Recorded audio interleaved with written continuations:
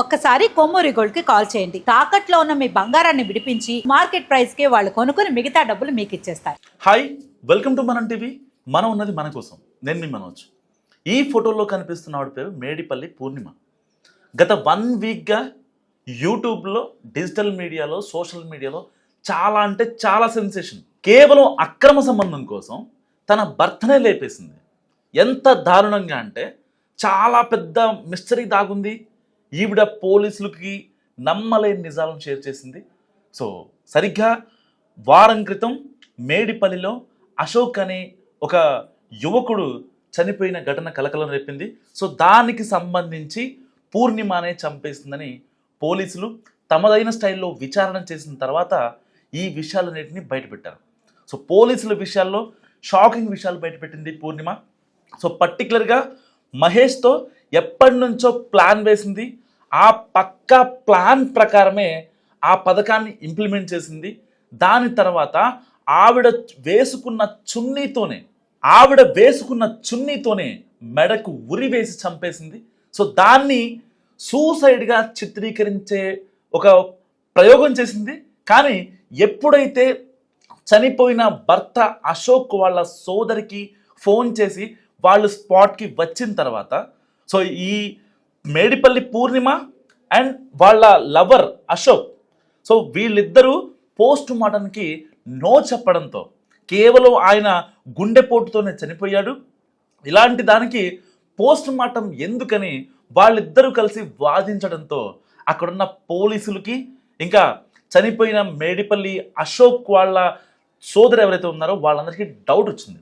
So ఆ డౌట్ని నిజం చేసే పనిలో పడ్డారు పోలీసులు. దాని తర్వాత ఆవిడ్ని పోలీస్ స్టేషన్కి విచారించిన తర్వాత స్టేషన్ దగ్గర ఒక స్టోరీ చెప్పింది అండ్ ఇంటి దగ్గర ఒక స్టోరీ చెప్పింది.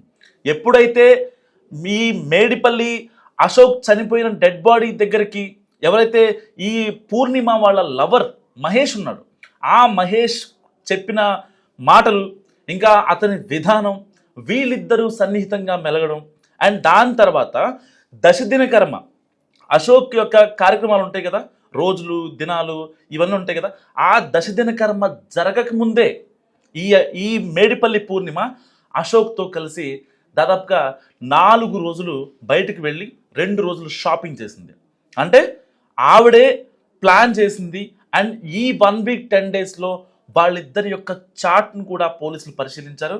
సో వీళ్ళిద్దరే కలిసే అశోక్ని చంపారంటూ కూడా పోలీసులు ఒక నిర్ధారణకైతే వచ్చారు. సో దాని తర్వాత అసలు ఎలా చంపారు, ఎందుకు చంపారు అని చెప్పి తెలిస్తే దానికి ఆవిడ చెప్పిన సమాధానం ఏంటంటే పోలీసులకి, లేదు మహేష్ నేను ఎప్పటి నుంచో ప్రేమించుకుంటున్నాం, సో మా ఇంటి పక్కనే ఉంటున్నాడు, సో దాని తర్వాత మా పరిచయం ప్రేమగా మారింది. ఎప్పుడైతే ప్రేమగా మారిందో, సో ఇతను అశోక్కి కొన్ని కోట్ల రూపాయల ఆస్తి ఉంది. So they are from Karnataka. So కర్ణాటకలో కూడా వీళ్ళకి ఆస్తులు చాలా గట్టిగా ఉన్నాయి. ఎలాగైనా సరే అశోక్ని చంపేస్తే ఆ డబ్బులతో ఎలాగైనా సరే మేమిద్దరం హ్యాపీగా ఉండొచ్చని ఇటు పూర్ణిమ ఇటు మహేష్ ఇద్దరు స్కెచ్ చేసుకున్నారు. సో పూర్ణిమ ఏజ్ 36 ఏళ్ళు, ఇటు మహేష్ ఏజ్ కేవలం 22 ఏళ్ళే. అంటే ఇటు భర్తని కాదంది మహేష్ కోసం, ఇటు భర్తని కాదంది అండ్ 12 ఏళ్ల బాబును కూడా కాదని తన భర్తను అతి కిరాతకంగా చంపింది.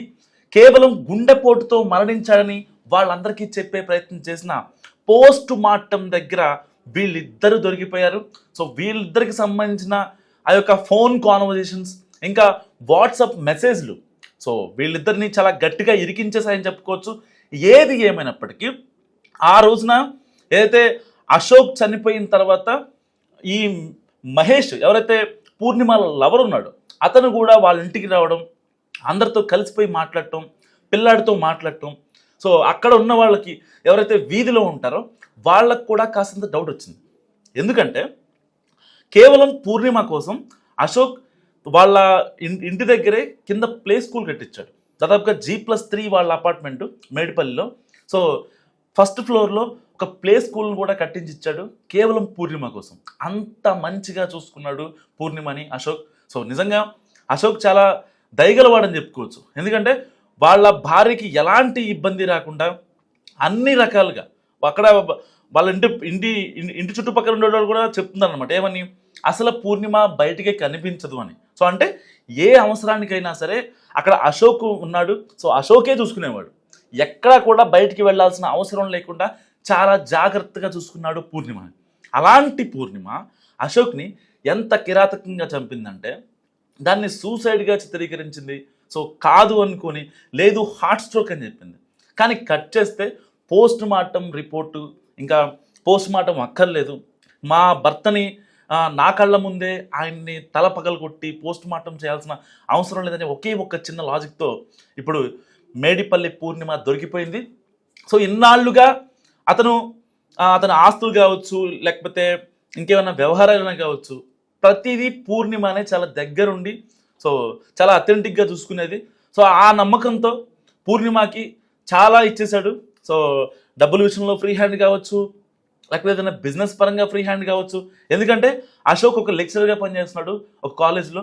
సో దానికోసం ఏదైనా సరే ఇంకా ప్రతిదీ కూడా ఈ యొక్క పూర్ణిమనే మెయింటైన్ చేసేది. ఆ స్కూల్ని కూడా పూర్ణిమనే మెయింటైన్ చేస్తుంది. అప్పటికే అయితే ఈ విషయం తెలుసుకున్న అశోక్, లేదు నువ్వు మహేష్తో మాట్లాడుకో అని చెప్పి పూర్ణిమకి చాలాసార్లు చెప్పాడు. సో చెప్పినా కూడా ఈవిడ వినలేదు. సో ఎట్టి పరిస్థితుల్లో నా శారీరక సుఖం అనేది నాకు చాలా ఇంపార్టెంట్ అని భర్తతోనే వాదించింది. సో భర్తతోనే డైరెక్ట్గా చెప్పింది చాలాసార్లు. పిల్లల ఫంక్షన్స్, లేకపోతే బర్త్డే ఫంక్షన్స్ కావచ్చు, ఏదైనా చిన్న ఇంట్లో ఫంక్షన్ కావచ్చు, ఇలాంటి ఏ ఫంక్షన్ జరిగినా సో మహేష్ పక్కాగా వచ్చేవాడు. వాళ్ళతో దిగిన ఫోటోలు కూడా ఉన్నాయట. అంటే కేవలం వాళ్ళ ఫ్యామిలీకి చాలా దగ్గర వ్యక్తే, సో అన్నీ తెలిసిన వ్యక్తే. సో ఇటు మహేష్ ఇంకొక ఫ్రెండ్, తన ఫ్రెండ్ సాయి అనే వ్యక్తి హెల్ప్ తీసుకొని కూడా ఈ అశోక్ని మట్టి కరిపించేశారు. సో అనంత లోకాలకి వెళ్ళిపోయాడు. అంటే భార్యల మైండ్ సెట్లు ఎలా తయారవుతున్నాయి అంటే, మరి ఏజ్ గ్యాప్ ఎంత ఉంది, నాకు 36 ఏళ్ళు, మరి ఆ అబ్బాయికి కేవలం 22 ఏళ్ళే, ఒకవేళ నాకు పెద్ద కొడుకు ఉంటే ఆ ఏజ్ ఉండేది అనే ఒక ఇంగిత జ్ఞానం కూడా మరచిపోయి శారీరక సుఖం కోసం చేసే పనులు ఏవైతే ఉన్నాయో నిజంగా కటకటాల వెనక్కి నెట్టేలా చేస్తున్నాయి. రేపొద్దున వాళ్ళ పిల్లల పరిస్థితి ఏంటి, ఆ 12 ఏళ్ల బాలుడి పరిస్థితి ఏంటి, ఏమనుకుంటారు, సమాజం ఏమనుకుంటుంది? ఇప్పుడు అశోక్ని కావాలని చంపారు, అతను చనిపోయాడు, వీళ్ళు హ్యాపీగా ఉండగలరా ఇప్పుడు? అంటే వెళ్ళే విధానం. ఇప్పుడు ఫర్ ఎగ్జాంపుల్ నీకు నిజంగా శారీరక సుఖం కావాలి, అశోక్తో పొందు. లేదు అశోక్కి చెప్పు ఒక మాట, ఇట్లా పరిస్థితి ఇది జరిగింది, ఇది ఆ అబ్బాయి ఎప్పటి నుంచో నన్ను కావాలని కోరుకుంటున్నాడు, ఆ అబ్బాయి కూడా నేనంటే ఇష్టం, యాక్సెప్ట్ చేస్తే అది లీగల్గా చేసుకోండి కదా. అంటే నేను చెప్పేది లీగల్గా అవ్వాలని కాదు, బట్ మనిషిని చంపేంత మీకు అంత కోపం ఎందుకు వస్తుంది? కేవలం శారీరక సుఖం లేకపోతే డబ్బు కోసం అనుకుంటే నీ కోసం అన్నీ చేశాడు అశోక్, ఏమనేవాడు కాదు కదా. ఎందుకు ఇలాంటి పిచ్చి పనులు చేయాలి? ఎందుకు ఇవాళ రిమాండ్లు, కోర్టులు, కేసులు, ఇంత రప్చర్ దేనికోసం? జస్ట్ ఇమాజిన్ మరో మేడిపల్లి పూర్ణిమ రాకుండా ఉండాలంటే నిజంగా ఈ కేసు ఒక ఎగ్జాంపుల్ అందరి మహిళలకి. సో మేడిపల్లి పూర్ణిమ గురించి మీరేమనుకుంటున్నారో మస్తు కామెంట్ చేయండి. చూస్తూనే ఉండండి మనం టీవీ.